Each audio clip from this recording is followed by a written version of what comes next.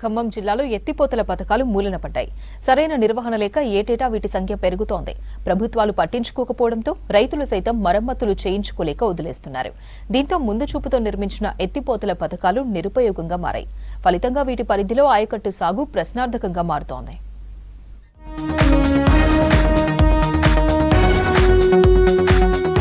ఖమ్మం జిల్లాలోని 5 నియోజకవర్గాల్లో 185 ఎత్తిపోతల పథకాలను ప్రభుత్వం ఏర్పాటు చేసింది. వీటి పరిధిలో 46,909 ఎకరాల భూమి సాగవుతోంది. వీటిని నిర్మించిన తర్వాత నిర్వహణ, మోటార్లు పాడైనప్పుడు మరమ్మతు చేయించడం వంటి అంశాలపై ప్రభుత్వం దృష్టి సారించడం లేదు.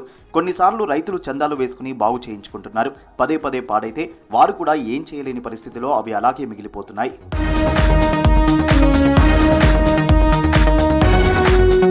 జిల్లాలో ప్రస్తుతం 36 ఎత్తిపోతల పథకాలు మాత్రమే పనిచేస్తున్నాయి. వీటి పరిధిలో 24,054 ఎకరాలు సాగవుతోంది. మరో 28 పథకాలు పాక్షికంగా పనిచేస్తుండగా వీటి కింద 10,671 ఎకరాల ఆయకట్టు ఉంది.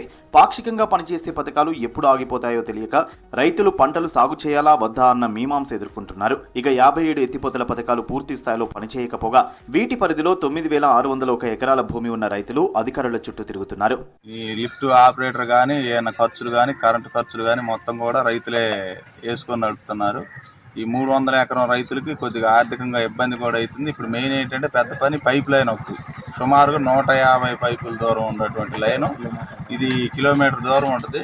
కింద మీద కూడా ఇనప పైపులు కావటం వల్ల కొన్ని సంవత్సరాలు 35 సంవత్సరాలు అయినా సరిగ్గా తుప్పుపట్టి అవి ఏడబడితే ఆ లీకులు అయితే ఒక్కొక్క లీక్ వేస్తే 25,000 30,000 వరకు ఖర్చు వస్తుంది.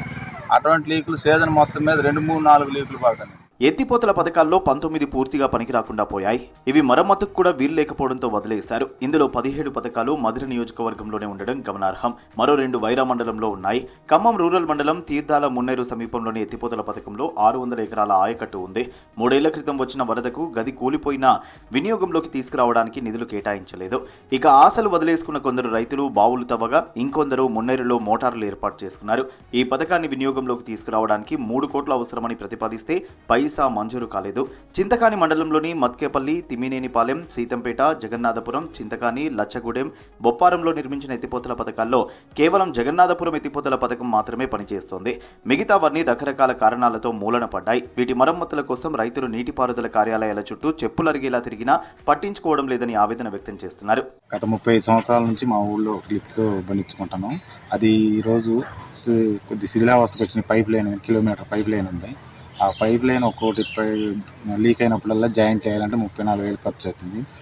నేను ఐడీసీ వాళ్ళకి చెప్తున్నాను, మా దగ్గర నిధులు లేవని చెప్తున్నారు. ఇక అట్నే మేము సొంతంగా రైతులు వేసుకుంటే కొద్దిగా భారం అవుతుంది మా రైతులకి.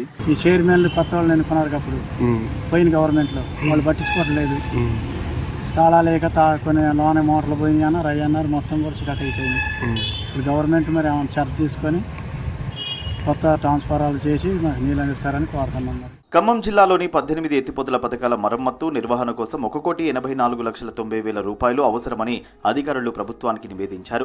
మధిర నియోజకవర్గంలో 16, వైరా నియోజకవర్గంలో 2 పథకాల కోసం ప్రతిపాదనలు సమర్పిస్తే మధిర నియోజకవర్గంలో 11 పథకాలకు 66.26 లక్షలు, వైరా నియోజకవర్గంలో 2ంటికి 7.60 లక్షలు మంజూరయ్యాయి. ఇక సత్తుపల్లి నియోజకవర్గంలో 18 ఎత్తిపోతల పథకాల పునరుద్ధరణకు 3,76,02,000 రూపాయలు అవసరమని నివేదిస్తే ఇప్పటి వరకు రూపాయి రాలేదు.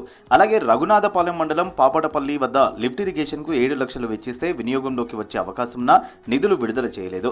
వివిపాలెం లిఫ్ట్ ఇరిగేషన్ కింద 1,240 ఎకరాల ఆయకట్టు ఉన్న ఒక మోటారు పనిచేయక స్టార్టర్లు, పైపులు దెబ్బతినడంతో ఆయకట్టు సగమే సాగవుతోంది. బోడిపూడి గారి ఎత్తిపోతల పథకం 777 ఎకరాలు ఆయకట్టు. అది మంచిగా టీడీపీ గవర్నమెంట్లో బోడిపూడి వెంకటేశ్వర గారు తీసుకొచ్చారు. ఆ వంతున 20 సంవత్సరాలు బ్రహ్మాండంగా నడిచింది.